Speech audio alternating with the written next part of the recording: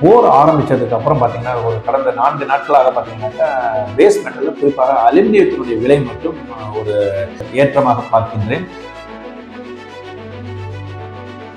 Qatar நாட்டிலேருந்து வரக்கூடிய ஆல்பாங்கிற நிறுவனம் வந்து தங்களுடைய உற்பத்தியை வந்து ஷட் டவுன் பண்ணியிருக்காங்க.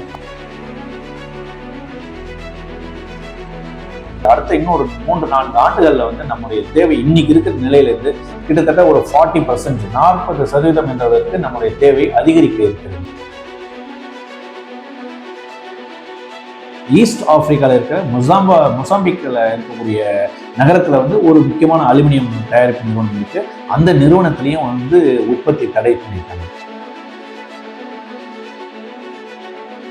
குறிப்பாக இன்னொன்று இதில் பார்த்தீங்கன்னா அலுமினியம் வந்து முக்கியமாக யூரோப் ஆகட்டும், ஆஸ்திரேலியா, கிழக்கு ஆப்பிரிக்கா, ஐஸ்லாந்து எல்லா நாடுகளிலுமே என்ன ப்ராப்ளம் இருக்குன்னா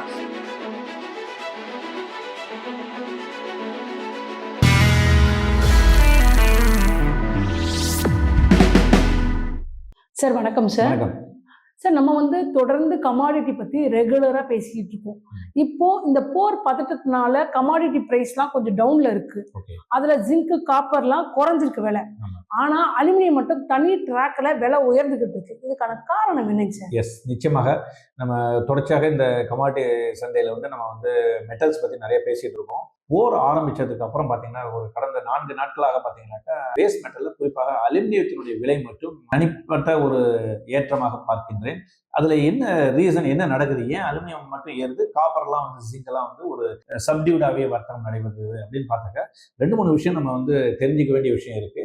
இதுல முக்கியமாக வந்து 2 இடங்கள்ல வந்து பாதிப்பு வந்திருக்கு. ஒன்று வந்து மத்திய கிழக்கு நாடுகளில் வந்து அலுமினியத்தினுடைய பங்களிப்பு வந்து 9%. உலக அளவில் பார்க்கும்போது அலுமினியத்தினுடைய எக்ஸ்போர்ட் வந்து கத்தார் நாட்டிலேருந்து வரக்கூடிய ஆல்பாங்கிற நிறுவனம் வந்து தங்களுடைய உற்பத்தியை வந்து ஷட் டவுன் பண்ணியிருக்காங்க. அது ஒரு முக்கியமான செய்தியாக பார்க்கப்படுகிறது. இந்த போர் ஆரம்பிச்சதுனால இந்த மூவ்மெண்ட் அங்கேருந்து எதுவும் இல்லை, அதை ஷட் டவுன் பண்ணிட்டாங்க. அந்த ஃபேக்டரி வந்து இப்போ வந்து அலுமினியத்தை ப்ரொடியூஸ் பண்ணல. ஸோ உலக அளவில் ஒரு 9% வந்து ஷார்ட் ஃபால் ஆயிருக்கு. இது ஒரு முக்கியமான ரீசன். சார், இப்போ நீங்க வந்து சொன்னீங்க அலுமினியம் ப்ரொடக்ஷன்ல ஷார்ட் ஃபால் இருக்குன்னு. இந்த ஷார்ட் ஃபாலை குறைக்கிறதுக்கு வேற என்னெல்லாம் பண்ணும் சார்? இல்லை, இப்போ எப்படின்னாக்கா உலக அளவில் இந்த அலுமினியத்தினுடைய தேவை எப்படி இருக்கு, முதல்ல அதை நம்ம புரிஞ்சுக்கலாம். 2030 அடுத்த இன்னொரு 3-4 ஆண்டுகளில் வந்து நம்முடைய தேவை இன்னைக்கு இருக்கிற நிலையிலிருந்து கிட்டத்தட்ட ஒரு 40% 40% என்றதற்கு நம்முடைய தேவை அதிகரிக்க இருக்கிறது. ஸோ இந்த மாதிரியான ஒரு காலகட்டத்தில் சைனாவை தவிர்த்து, சைனாவில் மட்டும் கொஞ்சம் இன்வென்ட்ரி இருக்கு, மற்றபடி மற்ற நாடுகள் எல்லாம் பார்க்கும்போது நீங்க குறிப்பாக ஈஸ்ட் ஆப்பிரிக்காவில் இருக்கிற மொசாம்பிக்ல இருக்கக்கூடிய நகரத்துல வந்து ஒரு முக்கியமான அலுமினியம் தயாரிப்பு நிறுவனம் இருக்கு. அந்த நிறுவனத்திலையும் வந்து உற்பத்தி தடை பண்ணியிருக்காங்க. ஸோ உலக அளவில் பார்க்கும்போது 2 முக்கிய இடங்கள்ல வந்து இந்த உற்பத்தி தடை பெற்றிருக்கிறது. அலுமினியத்துக்கு ஒரு பாசிட்டிவ் நியூஸ், அதாவது அலுமினியம் விலை ஏற்றத்துக்கு அவங்களுக்கு ஒரு பாசிட்டிவ் நியூஸா கிடைச்சிருக்கு. இதனால வந்து அலுமினியத்தினுடைய பயன்பாடு நுகரும் நிறுவனங்கள்லாம் இருக்கு இல்லையா, நிறுவன துறைகள் இருக்கு இல்லையா, அவெல்லாம் அந்த துறைகள் எல்லாம் நிச்சயமாக ஒரு பாதிப்பு ஏற்படுவதற்கான வாய்ப்புகள் இருக்கின்றன. குறிப்பாக இன்னொன்று இதுல பாத்தீங்கன்னா அலுமினியம் வந்து முக்கியமாக யூரோப் ஆகட்டும், ஆஸ்திரேலியா, கிழக்கு ஆப்பிரிக்கா, ஐஸ்லாந்து எல்லா நாடுகளிலுமே என்ன ப்ராப்ளம் இருக்குன்னா, எல்லா இடத்தையும் இந்த 4 நாடுகள்லையும் அலுமினியம் உற்பத்தி செய்யக்கூடிய நாடுகள்ல பவர் கிரைசிஸ் வந்து பெரிய இஷ்யூவா இருக்கு. பவர் கிரைசிஸ் எதனால வருதுன்னா திரும்பவும் இந்த போர் பதட்டம் தான் நான் சொல்றேன். ஏன்னா நேச்சுரல் கேஸ் போகலை. யூரோப் நாடுகளுக்கெல்லாம் வந்து பவர் கிரைசிஸ், அங்க நேச்சுரல் கேஸ் போகாததுனால பவர் ஷட் டவுன் இருக்கு, அன்சர்டைனிட்டி இருக்கு, கான்ட்ராக்ட் போட முடியல. ஒரு இடத்துல ஒரு விதமான இந்த 4 நாடுகள் நான் சொன்னேன் இல்லையா, குறிப்பாக இந்த ஐஸ்லாண்ட் ஆகட்டும், ஆப்பிரிக்கா ஆகட்டும், எல்லா இடத்துலையுமே வந்து கான்ட்ராக்ட்ஸ் சில இடத்துல வந்து நிறுவனங்களுடைய செயல்பாடுகள்ல பிரச்சனைகள் வந்திருக்கு. இவை எல்லாமே வந்து ஒரு சேர, அதாவது ஒரு நமக்கு தேவை அதிகமாக இருக்கும்போது இந்த சப்ளைல வரக்கூடிய டிஸ்ரப்ஷன் இருக்கு இல்லையா, இது வந்து பெரிய அளவுல பங்களித்து காணப்படுகிறது. இது வந்து இந்த அலுமினியத்தினுடைய விலையை அடுத்த கட்டத்துக்கு எடுத்து செல்வதற்கான முகாந்திரமாக பார்க்கப்படுகிறது. அதனால விலையேற்றம் என்பது வரக்கூடிய காலகட்டத்தில் தவிர்க்க முடியாது என்று சந்தைகள் கருதுகின்றன. சார், இப்போ நீங்க சொன்னீங்க அலுமினியம் ப்ரொடக்ஷன் வந்து கம்மியா இருக்கு, அதனாலதான் இந்த விலை ஏறுதுன்ட்டு. அலுமினியத்தை நம்பி இருக்கும் இல்லைங்க சார் இந்தியாவில செக்டார்ஸ், அது என்னென்ன செக்டார்? இந்த அலுமினியம் ஷார்டேஜ்னால அந்த செக்டார்ஸ்க்கு ஏதாவது பாதிப்பு வருமா? நிச்சயமாக பாதிப்பு வருகிற வாய்ப்புகள் இருக்கு. ஏற்கனவே இந்த மாதிரியான துறைகள், நான் இன்னும் சொல்ல போனா குறிப்பாக வாகன துறையில வந்து பாத்தீங்கன்னா அவங்களுடைய அலுமினியம் வந்து என்ன டை பண்றதுக்கு வந்து வந்து அலுமினியம் யூஸ் பண்றாங்க. ஈவன் நம்முடைய தமிழ்நாட்டில் கூட கோயம்புத்தூர் மாவட்டங்கள்ல வந்து நிறைய செய்திகள்லாம் வந்திருக்கு. இந்த அலுமினியத்தினுடைய விலை கடந்த டிசம்பர் 2025க்கு அப்புறம் பார்த்தீங்கன்னா கிட்டத்தட்ட 40% என்ற அளவிற்கு வந்து அலுமினியத்தினுடைய விலை ஏற்றம் வந்து அந்த நிறுவனங்களுக்கு பெரிய பாதிப்பை கொடுத்துள்ளது. ஸோ இப்படி இருக்கும்போது வாகனத்துறை நிச்சயமாக இதன் காரணமாக இந்த விலை ஏற்றத்தை அவங்க வந்து எப்படி எடுத்துக்க போறாங்க, அப்சார்ப் பண்ண போறாங்களா, அதை வந்து டிரான்ஸ்ஃபர் பண்ண போறாங்களா, அதை நம்ம பார்க்கணும். எப்போதுமே வாகனத்துறையில ஏதாவது ஒரு பாதிப்பு வந்ததுன்னா அடுத்த கட்டமாக அதுக்கு அடுத்த செக்டார் எதுன்னு பார்த்தீங்கன்னா வங்கித்துறையும் அதுல வந்து பாதிப்படையும். ஸோ இந்த 2 செக்டாருக்குமே வந்து இந்த மெட்டல்ஸ்னால, குறிப்பாக இந்த அலுமினியம் செக்டார்னால அலுமினியத்தினுடைய விலை ஏற்றம் என்பது அவங்களுக்கு இந்த துறைக்கு வந்து ஒரு பாதிப்பை ஏற்படுத்தலாம்னு தான் நான் நினைச்சிட்டு இருக்கேன். சார் இப்போ ஆட்டோ செக்டார் அண்ட் பேங்கிங் பாதிக்கும்ன்றீங்க. அலுமினியம் வந்து ஆட்டோ செக்டாரை தவிர்த்து வேற எந்த செக்டார்லையும் யூஸ் பண்ணலையா? ஆட்டோ செக்டார் பாதிக்கப்பட்டா ஏன் சார் பேங்கிங்கும் பாதிக்கப்படுது? முக்கியமாக ஏன் வாகனத்துறை பாதிக்கும் போது நிச்சயமா வங்கித்துறை பாதிக்குதுனாக்கா, நிச்சயமா இந்த நிறுவனங்கள்லாம் வந்து கடன் வாங்கியிருப்பாங்க. இந்த இப்போ நம்ம சொல்ற வாகனத்துறை நிறுவனங்கள்லாம் வந்து பேங்க்ல வங்கி கடன் அவங்களுடைய என்பிஏ கூடுவதற்கான வாய்ப்புகள் இருக்கு. அவங்க வந்து திரும்பி செலுத்துவதில் அவங்களுக்கு பிரச்சனைகள் வரலாம். ரெண்டாவது, ஏற்கனவே வாகனத்துறையில பெரிய காம்படிஷன் இருக்கு. அப்படி இருக்கும்போது இப்போ கச்சா எண்ணெய் விலை வேற ஏறி இருக்கு. ஸோ சேல்ஸ் வந்து அந்த அளவுக்கு இருக்குமான்னு நம்ம சொல்ல முடியாது. ஸோ இது ஒரு காரணம் இல்லை, ஒரு பலவிதமான நெருக்கடிக்கு ஆளான மாதிரியான ஒரு சூழ்நிலையில் நாம இப்போ இருந்துட்டு இருக்கோம். இந்த காலங்கள் இது வந்து மாறுமா, எப்படி வரக்கூடிய இந்த போர் பதட்டம் தணிந்தால் இந்த கச்சா எண்ணெய் விலை வந்து எல்லாவற்றுக்குமே ஒரு மூல காரணமாக தான் நான் பார்க்குறேன். இது ஒரு 2 காரணங்கள். ஒன்று வந்து இந்த கச்சா எண்ணெய் விலை ஏற்றம் என்பது, ரெண்டாவது ஸ்ட்ரெய்ட் ஆஃப் ஹார்மோஸ்ல இந்த போக்குவரத்து தடை, இந்த கப்பல் போக்குவரத்து வந்து சீரானாக மட்டும்தான் உங்களுக்கு இந்த உற்பத்தியில எந்த விதமான தடையும் இல்லாமல் அந்தந்த நாடுகளுக்கு சேர வேண்டிய அந்தந்த கமாடிட்டிஸ் வந்து போய் சேரும். அதனால அந்தந்த உற்பத்தியில எந்த விதமான சுணக்கங்கள் காணப்படாது. ஸோ இந்த ஒரு செக்டார் வந்து இப்போ இருக்கிற ஒரு ட்ரபிள் வாட்டர்ல தான் நம்ம வந்து டிராவல் பண்ண வேண்டியதா இருக்கு. ஸோ நம்ம பொறுத்திருந்து பார்ப்போம், எப்படி அடுத்தடுத்த வாரத்தில் எப்படி முன்னேற்றங்கள் நடைபெறுகிறதாங்கிறத நம்ம பொறுத்திருந்து பார்ப்போம். சார் மெட்டல் கமாடிட்டிஸ் அப்படின்னாவே அது டாலரோட தொடர்புடையது தான். அதோட பிரைஸ் எல்லாமே டாலர்ல தான் டிசைட் பண்ணுவாங்க. இப்போ ஆல்ரெடி போர் பதட்டம், ப்ரொடக்ஷன் ஷார்டேஜ் அப்படின்றப்ப இது விலை ஏறும். இந்த டாலரோட இஷ்யூனாலையும் விலை ஏறுமாங்க சார்? ஆமா, நிச்சயமாக. இப்போ டாலருடைய மதிப்பு, டாலர் இண்டெக்ஸ்னு ஒன்று இருக்கு, நம்ம எல்லாருக்கும் தெரிஞ்சதுதான். டாலர் இண்டெக்ஸை வந்து நம்ம க்ளோஸா மானிட்டர் பண்ணும்போது இந்த ஒரு கடந்த வாரத்துலலாம் பார்க்கும்போது 98, 97 கிட்டலாம் வந்தது. இப்போ கொஞ்சம் பவுன்ஸ் ஆகி 99.27 அந்த ரேஞ்சில் இருக்கு. அது 99க்கு எபோவ் போகும்போது கொஞ்சம் கமாடிட்டிஸ்லாம் வந்து கொஞ்சம் விலை இறக்கமாவதற்கான வாய்ப்புகள் இருக்கு. இப்போ கூட நம்ம இந்த காப்பரோட விலையாகட்டும் இல்லை ஜிங்கோட விலை குறைஞ்சதுக்கு ஒரு காரணம் வந்து என்னன்னா டாலர் வந்து அப்ரிஷியேட் ஆனது. எப்போதுமே இது ரெண்டுமே வந்து நேரடியான தொடர்பு கொண்டது. டாலருடைய விலை டாலருடைய மதிப்பு கூடினால் கமாடிட்டிஸ் விலை இறங்கும்.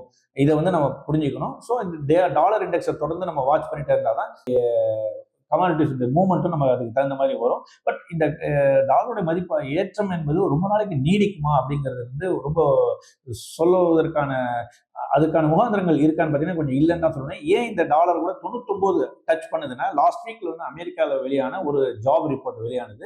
அது வந்து ஓரளவுக்கு சந்தைக்கு ஒரு அந்த நாட்டுக்கு பொருளாதாரத்துக்கு ஒரு பாசிட்டிவான நியூஸா இருந்தது. அதன் அடிப்படையில் தான் இந்த டாலரோட மூவ்மெண்ட் அதிகரித்து காணப்படுது. ஆனால் அதுக்காக ஒரு பெரிய ஏற்றத்தை எல்லாம் வந்து அந்த டாலருடைய மதிப்புல காணப்படவில்லை. ஒரு ஷார்ட் டேர்ம் கெயின் அதுல இருந்தது. அந்த கெயின்னால தான் இந்த கமாடிட்டிஸ் வந்து சப்டியூடா இருக்கு. மார்க்கெட்டும் ஓவரால் மார்க்கெட் பார்த்தீங்கன்னா சென்செக்ஸ் ஆகட்டும், நிஃப்டி ஆகட்டும், உலக சந்தைகள் எல்லாமே வந்து ஓரளவுக்கு சப்டியூடா இருக்கும்போது அடுத்த வாரம் என்ன நடக்கும்ங்கிறது ஒரு நிச்சயமற்ற தன்மையில இருக்கிற காலகட்டத்துல எல்லாருமே வந்து ஒரு ப்ராஃபிட் புக்கிங் போயிடலாம், ஏற்கனவே இருக்கிறது எல்லாத்தையும் நம்ம வித்துட்டு வரலாம், என்ன நடக்குதுங்கிறத அப்புறமா பார்க்கலாம் அப்படிங்கிற காரணத்துல தான் வந்து ஒரு மெட்டல் மார்க்கெட்ல வந்து சப்டியூடா இருக்கு. இருந்த போதுல நான் ஒன்னு கவனிச்சுட்டு வர்றேன். எல்எம்இ பிரைஸை பொறுத்த வரைக்கும் காப்பரோட விலை கிட்டத்தட்ட ஒரு மெட்ரிக் டன் வந்து $13,000 தொட்டு தான் வர்த்தகம் நடைபெற்றுக் கொண்டு இருக்கிறது. அதாவது அதுல வந்து பெரிய சரிவு காணப்படவில்லை. அதே மாதிரி அலுமினியம் எடுத்துக்கொண்டால் அதுவும் ஒரு வருடத்தினுடைய அதிகபட்ச விலையாக ஒரு மெட்ரிக் டன் வந்து $3,300 தொட்டு தொடர்ந்து அதிகரிச்சுக்கிட்டே தான் போயிட்டு இருக்கு. இதுக்கு புதிய புதிய டார்கெட்லாம் சொல்றாங்க. அதிகபட்சமாக $3,500, $3,600 இந்த போர் பதட்டம் நீடித்தால் இந்த அலுமினியத்தினுடைய விலை மேலும் சர்வதேச சந்தையில் ஏறுவதற்கான வாய்ப்புகள் நிறைய இருக்குன்னு தான் சொல்றாங்க. பார்க்கலாம், பொறுத்திருந்து பார்க்கலாம் என்ன நடக்குதுன்னு பார்க்கலாம். பட் இது முதலீட்டாளர்கள் நம்ம வந்து கவனிக்க வேண்டியது என்னன்னா, எங்கெங்க ஆப்பர்ச்சுனிட்டிஸ் இருக்கு, எந்தெந்த கமாடிட்டிஸ்ல வந்து எப்படிப்பட்ட நகர்வுகள் இருக்கின்றனங்கிறத புரிஞ்சுக்கிட்டு நிச்சயமாக ஒரு நீண்ட கால அடிப்படையில் இல்லாட்டி கூட இந்த வாய்ப்புகள்லாம் நம்ம வந்து பயன்படுத்திக்கிட்டு அதுலேயே நம்ம வந்து ஆதாயத்தை பெருக்கலாங்கிறது என்னுடைய ஒப்பீனியன். சார் இப்போ வந்து எல்எம்இ பிரைஸ் ஒரு பக்கம் ஏறுது அப்படின்னு சொல்றீங்க. அப்போ அலுமினியம் ரேட்டும் இன் ஃபியூச்சர்ல ஏறும். இப்போ அலுமினியத்துல இன்வெஸ்ட் பண்ணணும்னா என்ன பண்ணணும் சார்? அலுமினியத்தில் இன்வெஸ்ட் பண்ணணும்னாக்கா நம்ம வந்து ஒன்று எம்சிஎக்ஸ் இருக்குது. எம்சிஎக்ஸ்ல ஃபியூச்சர் மார்க்கெட்டில் நம்ம வந்து அலுமினியத்தை வாங்கலாம். அது ஒரு விதமான முதலீடு. அதுக்கு வந்து மார்ஜின் பே பண்ணால் போதும், ஃபுல் பேமெண்ட் பண்ண தேவையில்லை. பட் அதுக்கெல்லாம் கொஞ்சம் நிறைய நீங்கள் டெக்னிக்கல் ரெசிஸ்டன்ஸ், சப்போர்ட் லெவல் இதெல்லாத்தையும் பார்த்து வாங்கலாம். என்னுடைய அனுபவத்தில் நான் வந்து நிறைய பார்க்குறது வந்து அதுக்கு பதிலாக பங்குச்சந்தையில் இருக்கின்ற 2 நிறுவனங்கள் இருக்குன்னா, ஒன்று இண்டால்கோ இருக்கு, இன்னொன்று வந்து நால்கோ இருக்கு. நால்கோ வந்து பொதுத்துறை நிறுவனம்.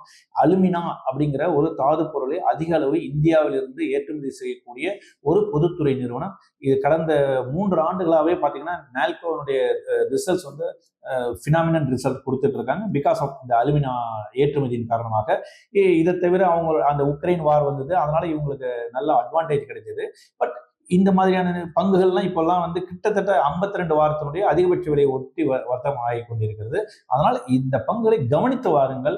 எப்போது இறக்கம் காணும்போது மட்டுமே நீங்கள் முதலீடு செய்ய வேண்டும். அதை வந்து ஒரு தாரக மந்திரமாக வைத்துக்கொண்டு இந்த மாதிரியான பங்குகளையும் நம்ம வந்து முதலீடு செய்து வரக்கூடிய காலகட்டத்தில் அதுக்கான முகாந்திரங்கள் இருக்காங்கிறத தொடர்ச்சியா நம்ம வந்து கவனிச்சுட்டே வருவோம்.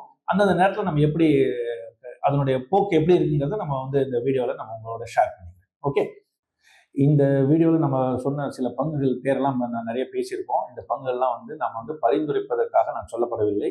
இதெல்லாம் வந்து ஒரு எக்ஸாம்பிள், ஒரு அறிவு சார்ந்த நாம வந்து ஒரு கற்றலின் அடிப்படையில் நம்ம வந்து எப்படி இந்த பங்கு சந்தையில நம்ம பணம் பண்ணுவதற்கு என்பதற்காக உதாரணத்துக்காக நான் வந்து இந்த பங்குகளுடைய பெயரை சொல்லியிருக்கேன்.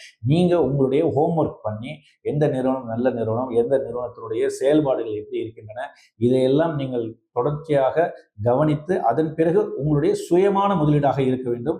எதுவுமே வந்து நம்ம ஒரு வீடியோவில் பார்க்குறோம், அதுலேருந்து அவங்க கொடுக்குற டிப்ஸை வச்சு நம்ம முதலீடு செய்வதுங்கிறது ஒரு ஆபத்தான ஒரு முதலீடாக மாறிவிடும். அதனால இதெல்லாத்தையும் நம்ம வந்து தொழில் இதுலேருந்து எப்படி பண்றோம், எந்த மாதிரியான சூழ்நிலைகளை நிறுவனங்களுக்கு லாப சதவீதம் அதிகரிக்கிறது அப்படிங்கிறத நம்ம வந்து என்னென்ன காரணங்கள் அப்படிங்கிறத நான் உங்கள்கிட்ட நான் எடுத்து சொல்றேன். இந்த காரணங்களை நீங்களே அதை ஹோம்ஒர்க் பண்ணீங்கன்னா டெஃபினட்டா நீங்களும் அந்த பங்குச்சந்தையில வந்து நிச்சயமா ஜெயிக்கலாம். நம்மோட சேர்ந்து நம்ம பயணிப்போம். ரொம்ப நன்றிங்க சார். அலுமினியம் பற்றியும் அலுமினியத்தோட ஃபியூச்சர் எப்படி இருக்குன்றதை பற்றி ரொம்ப டீட்டெயிலாக பேசுறீங்க. ரொம்ப நன்றிங்க சார். ரொம்ப நன்றி. Thank you very much.